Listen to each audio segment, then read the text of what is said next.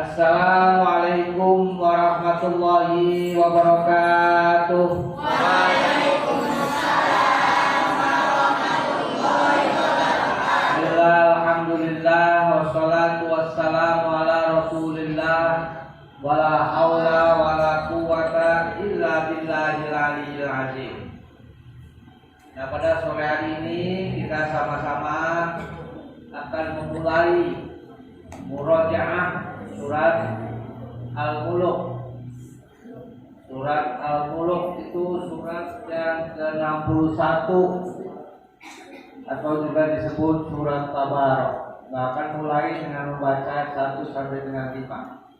A'udzu billahi minasy syaithanir rajim. Bismillahirrahmanirrahim. Tabarakalladzi biyadihil mulk wa 'ala kulli syai'in qadir. Nah, artinya Maha Suci Allah yang di tangannya segala kerajaan dan Dia Maha Kuasa atas segala sesuatu. Alladzi khalaqal mauta wal hayata liyabluwakum ayyukum ahsanu amala wa huwal azizul hakim. Ya, baik. Shadaqallahul azim. Surat ini disebut dengan surat Al-Mulk. Al-Mulk itu artinya kerajaan, kekuasaan, atau juga disebut sebagai surat Tabarak, artinya yang maha besar. Nah, diawali dengan kalimat Tabarakalladzi biyadihil mulk wa huwa ala kulli syai'in qadir. Allah Subhanahu wa taala mempunyai kekuasaan, mempunyai kerajaan yang kerajaannya itu adalah maha besar, yang kerajaannya itu adalah maha kuasa, yang kerajaannya itu adalah maha perkasa. Nah, artinya segala macam kekuasaan yang ada di langit maupun yang ada di bumi hanya milik Allah Subhanahu wa taala. Orang yang diberi amanah kekuasaan itu adalah karena kehendaknya Allah Subhanahu wa taala, adalah karena izinnya Allah Subhanahu wa taala yang sifatnya terbatas. Jika Allah Subhanahu wa taala menghendaki, walladzii khalaqal mauta wal hayata liyabluwakum ayyukum ahsanu amala. Dan kalau Allah Subhanahu wa taala tidak menghendaki, maka tidak ada seorang pun yang ada di muka bumi ini diberi kesempatan untuk berkuasa, diberi kewenangan untuk menjadi raja. Dan yang kedua disebut Tabarak, itu artinya yang maha besar. Kita harus menyadari, kita harus mengakui, kita harus menginsafi bahwa yang maha besar itu hanya Allah Subhanahu wa taala. Yang maha kuasa itu hanya Allah Subhanahu wa taala. Yang maha perkasa itu hanya Allah Subhanahu wa taala. Yang maha mulia itu hanya Allah Subhanahu wa taala. Nah, selain Allah Subhanahu wa taala, siapapun dia adalah makhluknya Allah, adalah ciptaannya Allah, adalah hambanya Allah Subhanahu wa taala. Nah, makanya siapapun kita, apapun kita, tidak boleh kita itu angkuh, nggak boleh kita itu sombong, nggak boleh kita itu jumawa, apalagi hanya sekedar ya membangga-banggakan orang tua kita, bapak kita, ibu kita, ya. Kitanya sendiri kan nggak jadi apa-apa, ya. Kalau ada sesuatu yang diberikan Allah Subhanahu wa taala kepada ayah dan ibu, itu bukan punya kita. Nggak boleh jumawa, nggak boleh merasa sombong, nggak boleh. Ya. Yang dikasihnya saja nggak boleh sombong, apalagi kita hanya sekedar anaknya. Ya. Yang kaya-kaya itu siapa? Orang tua kita. Kitanya sih belum punya kekayaan apa-apa, yang selalu minta sama orang tua. Nah, itulah yang terpenting di dalam Tabarakalladzi biyadihil mulku wa huwa ala kulli syai'in qadir. Nah, itu harus kita tawadhu. Tawadhu itu artinya berakhlak. Oh, ya. Jadi orang yang tidak berakhlak itu orang yang sombong. Nah, Allah Subhanahu wa taala itu amat sangat murka kepada hambanya yang sombong. Fir'aun itu ditenggelamkan di Laut Merah oleh Allah Subhanahu wa taala karena sombong. Namrud itu dibinasakan Allah Subhanahu wa taala karena sombong. Nah, maka kesombongan itu adalah awal kebinasaan. Kesombongan itu adalah awal dari bencana. Maka kalau kita kepengen dijaga dilaksa Allah Subhanahu wa taala, hilangkan sifat sombong di dalam diri kita. Karena yang maha besar, yang maha kaya, yang maha perkasa, yang maha kuasa hanya Allah Subhanahu wa taala. Nah, kemudian yang kedua, alladzi khalaqal mauta wal hayata liyabluwakum ayyukum ahsanu amala. Ya Allah Subhanahu wa taala yang membuat hidup dan menjadikan mati kepada semua makhluk yang ada di muka bumi ini, termasuk manusia. Untuk diketahui siapakah di antara kalian yang ahsan amala, yang paling baik amalnya di sisi Allah Subhanahu wa taala. Dan menurut para tafsir bahwa kata-kata al-hayata itu artinya adalah orang yang diberi perasaan. Sedangkan al-mauta adalah orang yang tidak dipunyai perasaan. Nah, ini maksudnya apa? Alladzi khalaqal mauta wal hayata liyabluwakum ayyukum ahsanu amala. Artinya kita ini diajarkan oleh Allah Subhanahu wa taala supaya kita ini punya al-hayat. Apa makna al-hayat? Perasaan. Setiap orang itu punya perasaan yang sama. Kalau lagi lapar, semuanya juga rasanya sama, lapar. Betul atau betul? Nah, sama juga kalau dikatain itu nggak enak, dibully itu nggak enak. Oh, yang lain juga sama saja. Dicubit itu sakit. Nah, itu perasaan namanya. Ya. Sakit itu nggak enak, ya, disakiti itu tidak enak, dibully itu tidak enak, dikatain itu tidak enak.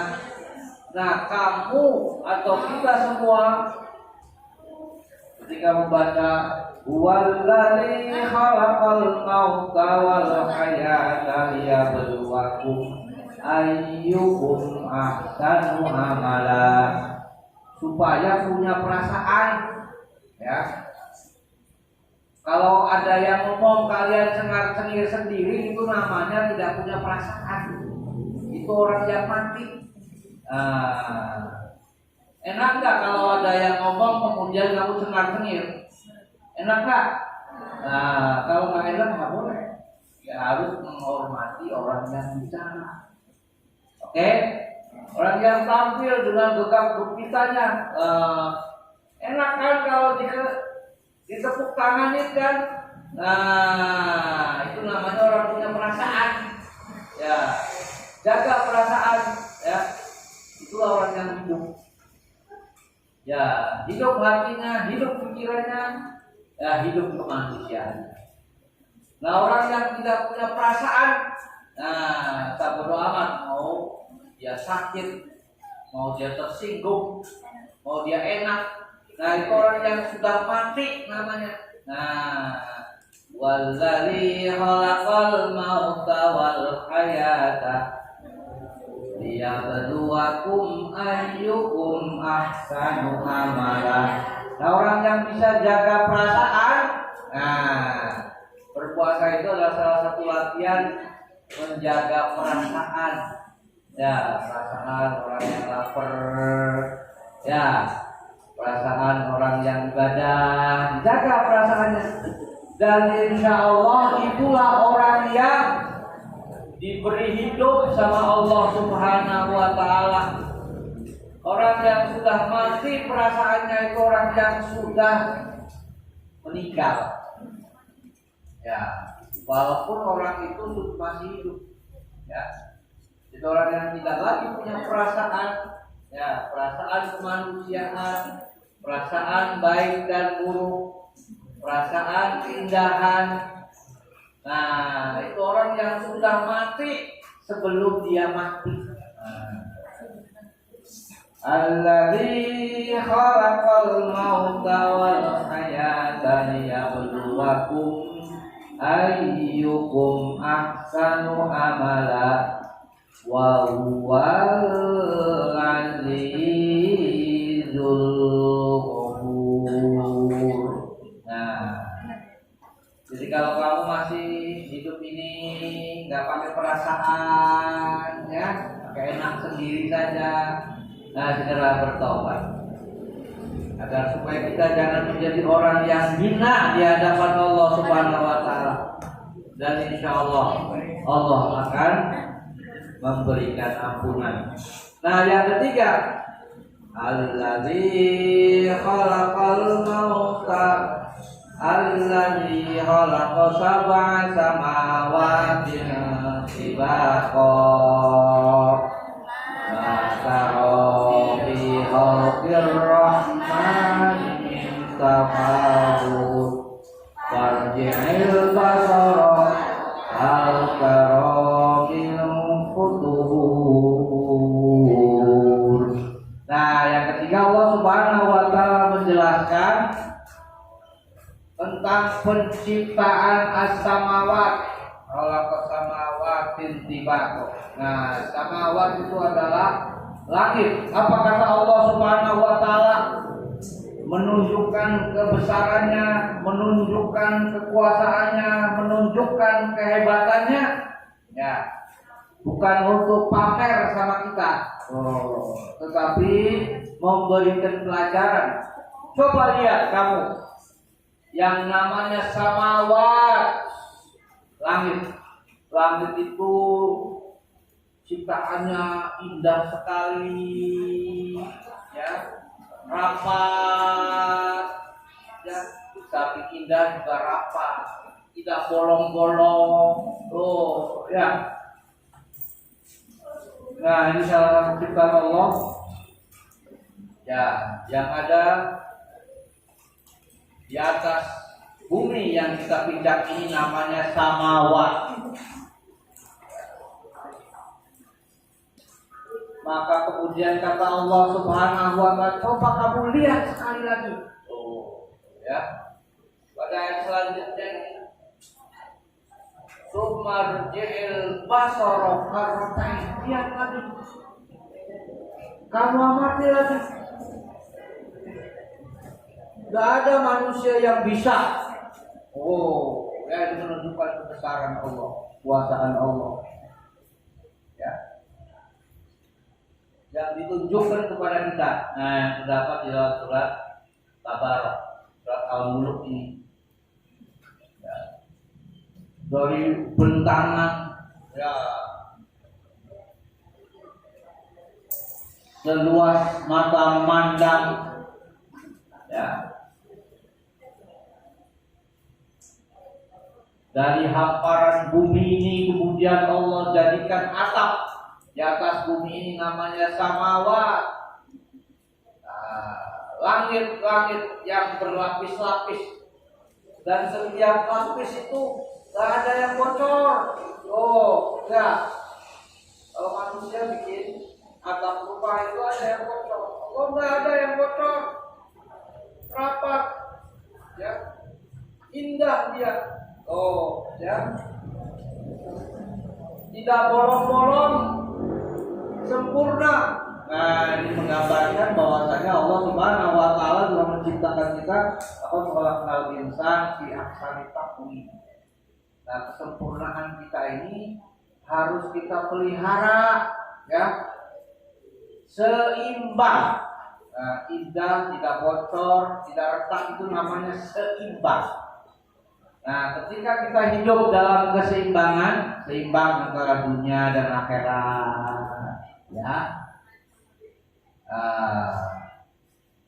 antara ibadah dengan bekerja, antara tidur dan beraktivitas harus seimbang. Nah, itulah ciri ciptaan dan kesempurnaan dalam ciptaannya. Nah, Allah Subhanahu wa ta'ala menjadikan diri kita ini makhluknya yang juga sempurna, itu harus seimbang.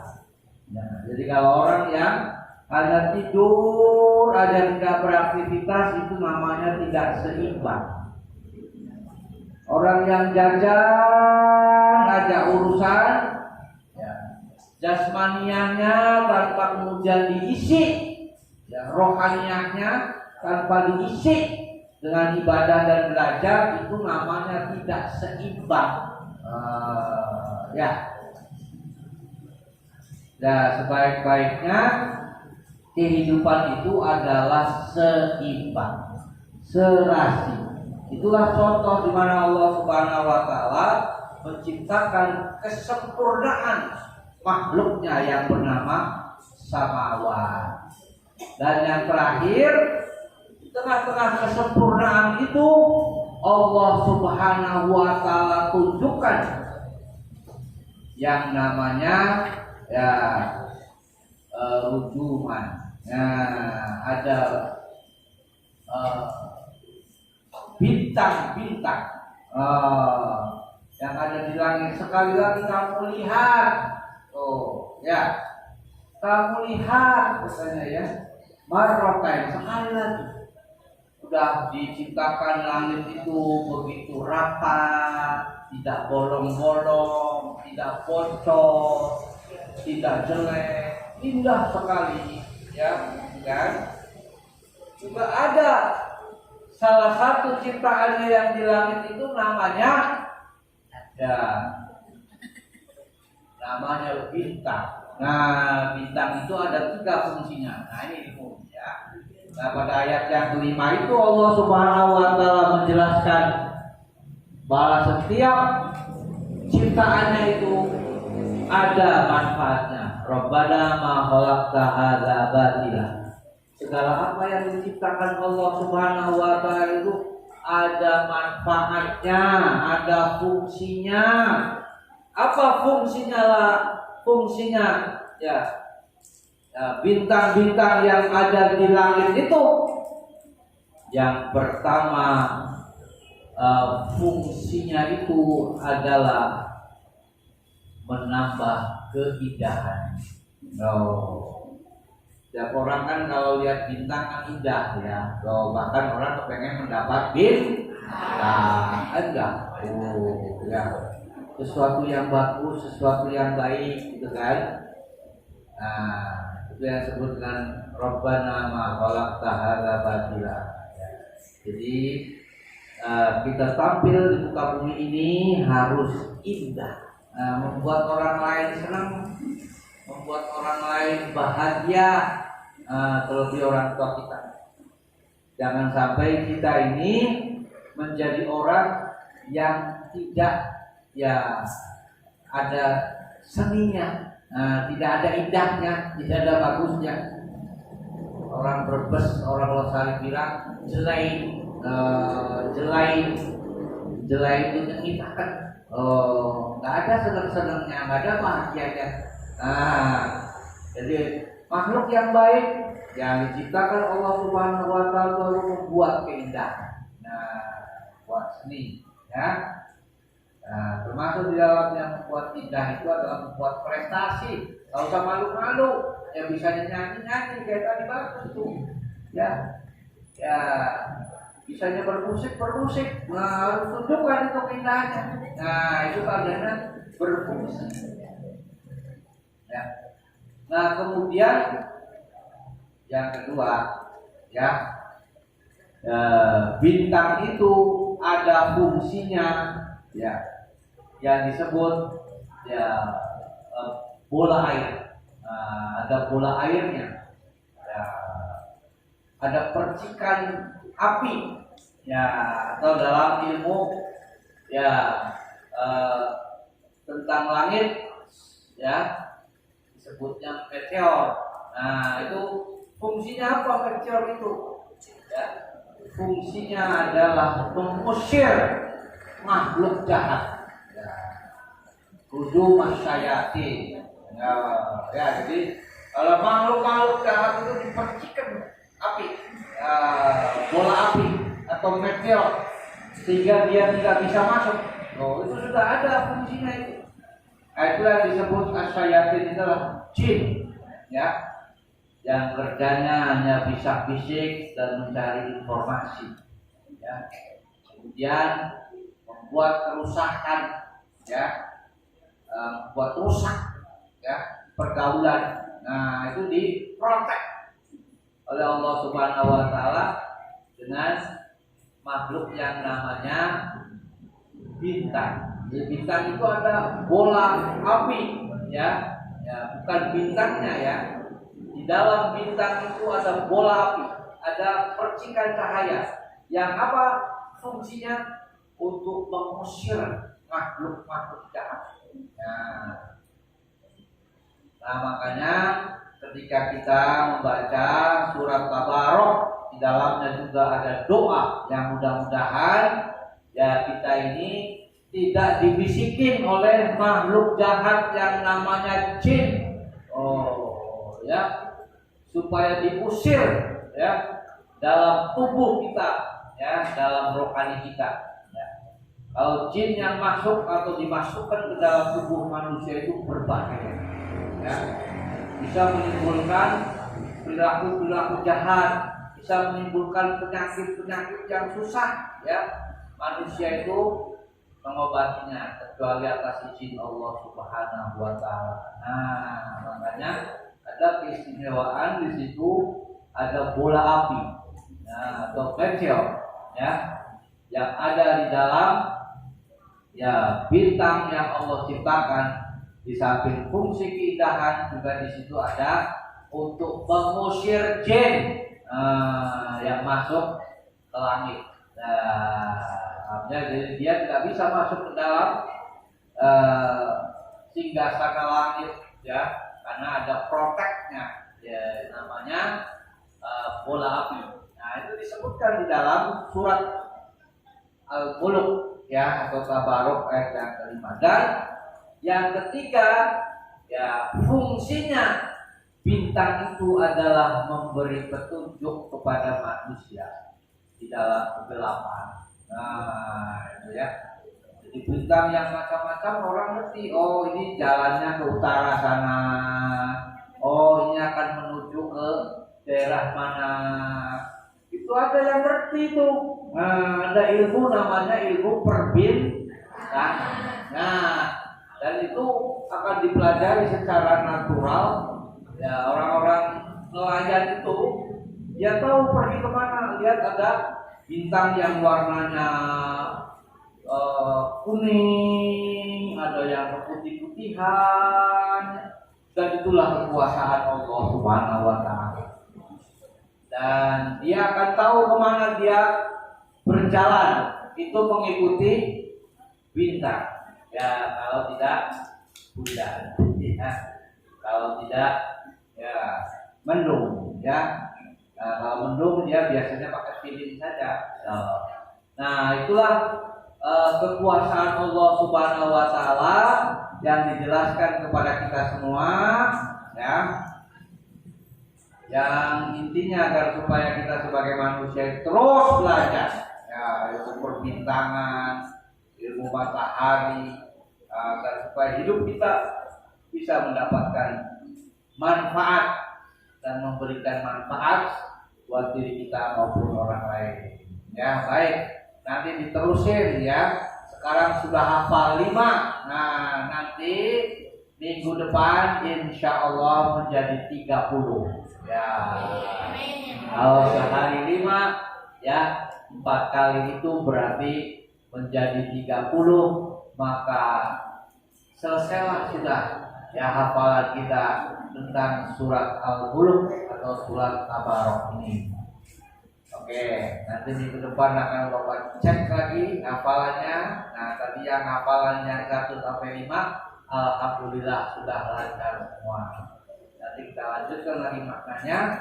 Mudah-mudahan ada manfaatnya. Insya Allah ya. Di samping kita murojaah menghafal, alhamdulillah ya. Sudah terus bertambah hafalannya.